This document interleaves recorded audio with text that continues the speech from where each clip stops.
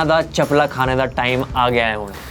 ऐसा मैं नहीं बोल रहा, ऐसा युवराज पाजी ने कमेंट कर दिया है पंजाब के प्लेयर्स के बारे में। सही कमेंट करा यार एकदम। एंड व्हाट अ वीक यार, व्हाट अ वीक। मतलब हमारे टॉप 4 लॉक्ड हो चुके हैं। ईशान किशन की कंट्रोवर्सी से लेके विराट कोहली का हैंडशेक। लव भाई, let's go to the controversy of the week. जो ताज़ी चीज़ हुई है ना, मैंने कहा वो सबसे पहले उसमें बात करी जाए। जो राजस्थान ने ना ब्रूटल ट्रोल करा है पंजाब किंग्स को। आपको याद होगा जब पहले मैच पंजाब ने राजस्थान को हराया था तो उन्होंने एक ट्वीट करा था, सॉरी भाई आज नहीं। और अब जब उन्होंने प्लेऑफ्स में अपनी जगह पक्की कर ली राजस्थान ने, तो उसी ट्वीट पे रिप्लाई बैक करते हुए राजस्थान ने एक पहले तो एक मीम डाला अर्जुन कपूर वाला, जिसमें वो खुद ही अपने घर के बाहर रह जाते हैं और दरवाजा उन पे बंद हो जाता है, तो दिखाने के लिए कि पंजाब बाहर रह गई है प्लेऑफ से। और उस पे उन्होंने लिखा पंगा ना लो, जो पंजाब किंग्स का ही एक तरह से स्लोगन है। और जो अर्जुन कपूर की वीडियो चल रही है उस पे भी लिखा है सॉरी भाई। तो यार ये होता है कि जब आप टॉप पर होते हो ना, हम्बल रहना चाहिए, क्योंकि जब मौका दूसरे के पास होगा ना तो आपको हिट बैक जरूर करेगा। इसमें मैं एक चीज़ बोलना चाहता हूँ, जिंटास टीम वॉन क्या, बस और कुछ नहीं बोलूँगा।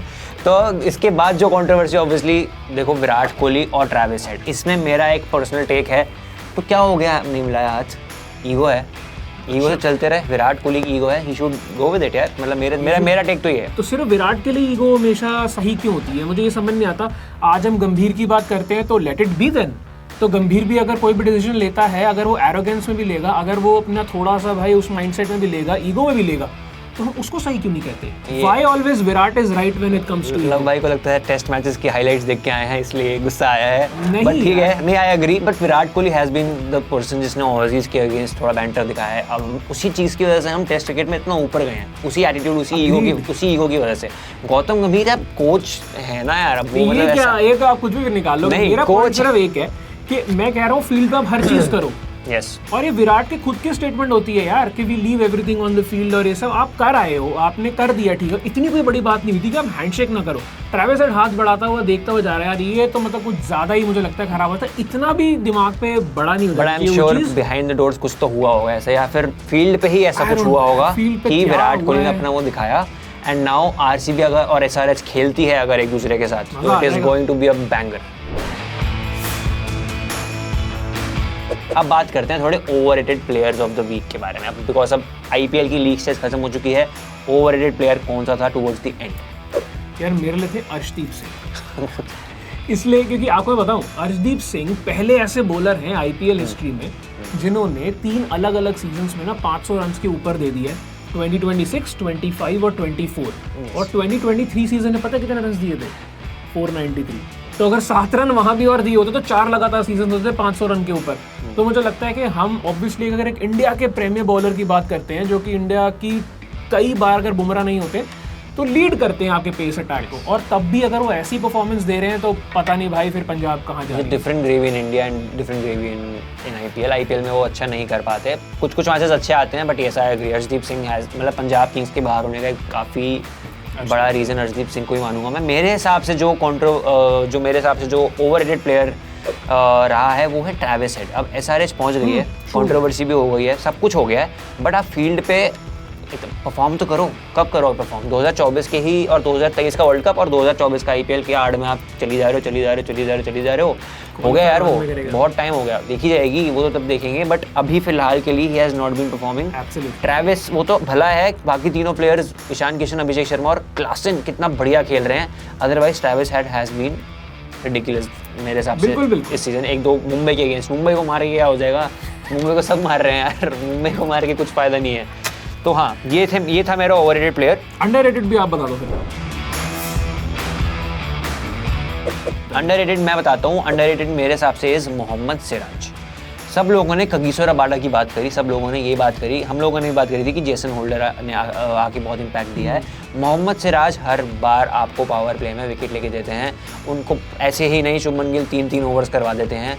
लास्ट मैच में भी 3 wickets, very important 3 wickets, player of the match भी थे।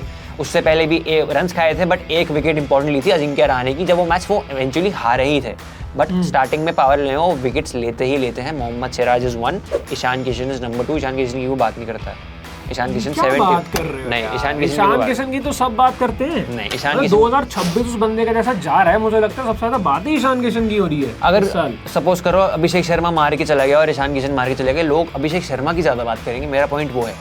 हम उस लाइनअप में इतने सारे प्लेयर्स अंडररेटेड हैं, नहीं बोलूंगा मैं उसको फिर।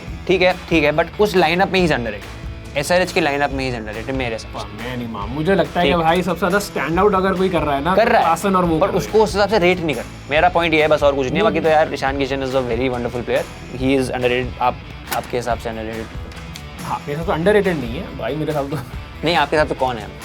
मेरे हिसाब से अंडररेटेड था भाई मनीष पांडे। वो बंदा पहले सीजन से लगा पड़ा है, इस बार उसको जहां अपॉर्चुनिटी मिली है भाई, पहले मैच में जो उसने अभी अपने वो 40 ऑड कुछ करा, मैन ऑफ द मैच, अभी दिल्ली के अगेंस्ट भी वो काफी अच्छा खेल रहा था। मतलब पता चल रहा था कि बंदा फॉर्म में है। 4000 रन भी अभी उन्होंने अपने आईपीएल में कंप्लीट कर लिए हैं। तो मुझे लगता है वो बंदा है जिसकी बहुत कम बात होती है, बट अगर हिस्ट्री उठा के देख लोगे ना, 2014 का फाइनल, बाकी उसके बाद जिस तरह से उन्होंने केकेआर के लिए परफॉर्म करा है और एलएसडी के लिए भी अच्छा परफॉर्म करा है पहले सीजन में, पहली 100 उस बंदे ने करी है एज एन इंडियन। तो मुझे लगता है कि वो बहुत अंडररेटेड रहा है इन हिज एंटायर करियर। तो मेरे लिए Manish Pandey and on the field best, ओहो तो स्टार्ट ही नहीं करते भाई। विराट कोहली का वो रिएक्शन, स्टार्ट नहीं करते। विराट कोहली का रिएक्शन ही काफी था उसके लिए। अब बात करते हैं थोड़ा कैप्टेंसी ब्लंडर्स, क्योंकि अब ऑलमोस्ट हम एंड पे आ गए हैं, 4 टीम्स जा चुकी है, तो कैप्टेंसी ब्लंडर्स कितना ही पॉइंट आउट कर लेंगे हम। मेरे हिसाब से मेरे को थोड़ा बहुत जो लगता है वो ये लगता है कि जो रजत पाटीदार का या फिर पूरी आरसीबी की टीम का, लीडरशिप की टीम का जो पॉइंट ऑफ व्यू था 256 चेज ना करने का, वो मेरे को थोड़ा सा अच्छा नहीं लगा। आप जा सकते थे एटलीस्ट, आप हार तो गए ही हो, आप हार तो गई हो, बट यार अगर पंजाब 264 के लिए चेज कर सकती है फ्लैट पिच पे, तो आप भी 256 फ्लैट पिच पे विद आरसीबी बैटिंग लाइनअप आप कर सकते हो। विराट कोहली ऐसे ही उस दिन गुस्से में नहीं थे। I think that was one of the reasons. पता नहीं वो रीजन था कि नहीं, बट हाँ नेगेटिव बहुत ज्यादा लगा था। और ये पता चल गया था जब रजत पाटीदार बैटिंग पे आए भी थे ना, वो सिंगल्स ही ले रहे थे कॉन्स्टेंटली कि यार वो जो 264 या 267 जो भी वो टारगेट था वो अचीव हो जाएगा इस तरह। और वो 200 के ऊपर चले गए थे भाई एंड में। ऐसा नहीं था कि आप जा नहीं सकते थे। तो ये नेगेटिव माइंडसेट काफी ज्यादा दिखा था, I agree on that. But मुझे लगता है अगर मुझे कोई पॉइंट आउट करना है कैप्टेंसी ब्लंडर, तो मैं करूंगा ऋतुराज गायकवाड़ का। मतलब उनके इतने सारे ब्लंडर्स रहे हैं ना, मगर भाई अगेंस्ट एसआरएच आप सोचो, अकील हुसैन जिन्होंने अपने 3 ओवरों में सिर्फ 21 रन दिए हुए थे, उनको उनका लास्ट ओवर ही नहीं दिया। On the other hand Anshul Kamboj से वो कराए जा रहे हैं जो 11.5 की इकोनॉमी से पिट रहे थे, और उन्होंने इतना बड़ा स्कोर उस चक्कर में खड़ा कर दिया उनके सामने। तो मुझे लगता है कि वो एक छोटी सी जो ट्रिक थी मिस्ड इट, इसीलिए मेरे लिए captaincy blunder of the week Ruturaj Gaikwad. That's why they are on 8th। That is why they are on 8th। चलो अब थोड़ा प्लेऑफ्स के बारे में बात करते हैं। बेस्ट चांस टू विन से पहले एक चीज मैं आपसे पूछूंगा, थोड़ा डिफरेंट, किस टीम को होना चाहिए था इस 4 में से एक को हटा के? एक आप बताओ। मैं सच्ची एक बात बताऊं ना, मुझे लगता है जो लोग हैं वो डिजर्व करते थे तभी वहां पर हैं, जो नहीं है वो नहीं डिजर्व करते थे। लेकिन अगर मुझे पिक फिर भी करना हो, मुझे लगता है बहुत लोग उसे पंजाब बोलेंगे, लेकिन मैं कहीं ना कहीं बोल रहा हूँ दिल्ली। अरे यार वाह, मेरे को भी, मैंने दिल्ली ही बोला। मैं क्यों कह रहा हूँ, मुझे ना बार-बार एक दो दिन हो गए मैं वो सिंगल पर ही सोचे जा रहा हूँ जो डेविड मिलर ने मना कर दिया ना। वो सिंगल ले लिया होता भाई, गुजरात हारी होती, गुजरात में मैच हारी होती और शायद क्वालिफायर 1 की पिक्चर अलग होती, और दिल्ली वहाँ पे जीत गई होती, तो केकेआर वाले मैच से ये लोग 16 पॉइंट पर आ जाते यार। I know, और तो वो मुझे लगता है बहुत ज्यादा एक ऐसा चीज होगी। इवेंचुअली आप स्क्वाड देखोगे दिल्ली का, टीम ही देखोगे तो यार बुरी तो नहीं है यार, मतलब बुरी तो कोई टीम नहीं है यार। On the given day on paper कोई बुरा नहीं है, परफॉर्मेंस इवेंचुअली आपने टॉप टीम्स को भी हराया है, अपने बॉटम टीम्स को भी हराया है, तो आप ओवरऑल एक अच्छी टीम थे। बट ये सब आप नहीं है, मेरा भी नाम दिल्ली ही था। बट अब बेस्ट चांस जो लग रहा है मेरा जीतने का, क्योंकि अब कोई भी टीम जीता 4 में से, वो सेकंड टाइटल जीतेगी अपना। इसमें से मेरे को जो बेस्ट चांस लग रहा है वो आरसीबी का ही लग रहा है। फॉर मी लग रहा है आरसीबी ही लग रहा है, बट मुझे नहीं चाहिए यार कि टाइटल डिफेंड हो, मतलब बस हो गया। पहले भी एक टाइटल जीत के भाई बहुत ज्यादा ही कुछ ज्यादा ही चीजें वो हो गई थी। तो मुझे लग रहा है कि कोई दूसरी टीम जीत जाए, बट ठीक है, वो तुम्हारी कहने की बात है। बट एक चीज मुझे याद दिलानी है आपको, बिल्कुल, कुछ टाइम पहले जब पंजाब एक्चुअली मैचेस जीत रही थी, शायद वो 1-2 मैच उस टाइम हार चुके थे, मैंने एक बात बोली थी, तब भी हम ऐसी प्रोडिक्शन कर रहे थे बैठकर, और उन्होंने मुझसे पूछा था कि आप बताओ कौन सी ऐसी कोई टीम बाई चांस जो प्लेऑफ नहीं जा रही है। तब मैंने बोला था साफ कि मैं एक बोल्ड प्रोडिक्शन करना चाहता हूँ। इतनी बोल्ड प्रोडिक्शन किसी ने शायद उस टाइम नहीं करी कि मैंने बोला था पंजाब किंग्स नहीं जाएगी, और नहीं गई। जिंटास team did not know. Shahrukh की भी नहीं जीती वैसे, तो चलो ठीक है। तो चलो ये था हमारा IPL वीक 8। अब हम मिलेंगे आपको IPL खत्म होने के बाद इस पूरे सीजन का एक रिव्यू लेके। Thank you, we will see you soon.